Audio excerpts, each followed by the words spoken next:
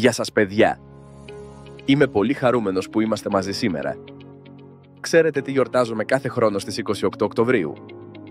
Την ημέρα που η Ελλάδα είπε ένα μεγάλο όχι. Σήμερα θα ταξιδέψουμε πίσω στο 1940 για να μάθουμε γιατί αυτή η λέξη άλλαξε την ιστορία. Είστε έτοιμοι? Πάμε! Ήταν μια δύσκολη εποχή για τον κόσμο. Ο Δεύτερος Παγκόσμιος Πόλεμος είχε αρχίσει. Πολλές χώρες είχαν ήδη κατακτηθεί από τη Γερμανία και την Ιταλία. Η Ελλάδα ήταν μικρή, ειρηνική. Οι άνθρωποι ήθελαν απλώς να ζουν ήσυχα. Αλλά τη νύχτα της 27ης προς 28η ημέρα του Οκτωβρίου, κάτι συνέβη. Ήταν 3 τα ξημερώματα. Ο Ιταλός πρέσβης Γκράτσι πήγε στο σπίτι του Ιωάννη Μεταξά, του τότε πρωθυπουργού. Του έδωσε ένα χαρτί. Ήταν ένα τελεσίγραφο. Η Ιταλία ζητούσε να αφήσουμε τα στρατεύματά της να περάσουν μέσα από την Ελλάδα.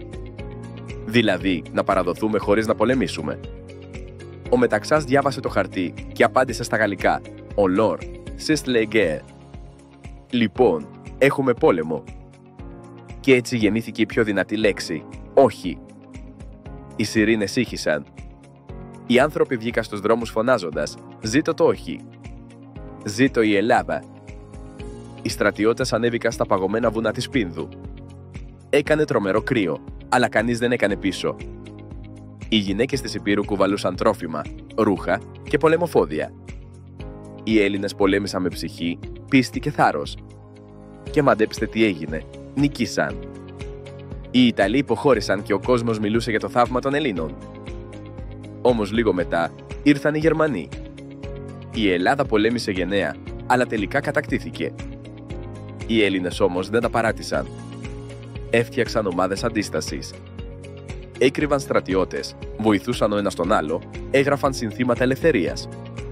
Και 2 νεαροί ήρωες, ο Μανώλης Γλέζος και ο Λάκης Άντας, ανέβηκαν στην Ακρόπολη και κατέβασαν την ναζιστική σημαία. Μια πράξη απίστευτου θάρρους.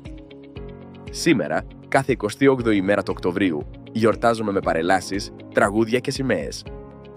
Το όχι δεν σημαίνει μόνο όχι σε έναν εχθρό. Σημαίνει όχι στην αδικία, όχι στον φόβο, όχι στην υποταγή. Και πάνω απ' όλα, ναι στην ειρήνη. Ναι στην ελευθερία. Τώρα ξέρουμε γιατί η 28η ημέρα του Οκτωβρίου 1940 είναι τόσο σημαντική. Αν σας άρεσε αυτό το ταξίδι στην ιστορία, πατήστε μου αρέσει και κάντε εγγραφή στο κανάλι. Γράψτε μου στα σχόλια τι σημαίνει για σας η λέξη ελευθερία. Μέχρι το επόμενο βίντεο. Να είστε περήφανοι και να λέτε πάντα το δικό σας όχι στο άδικο.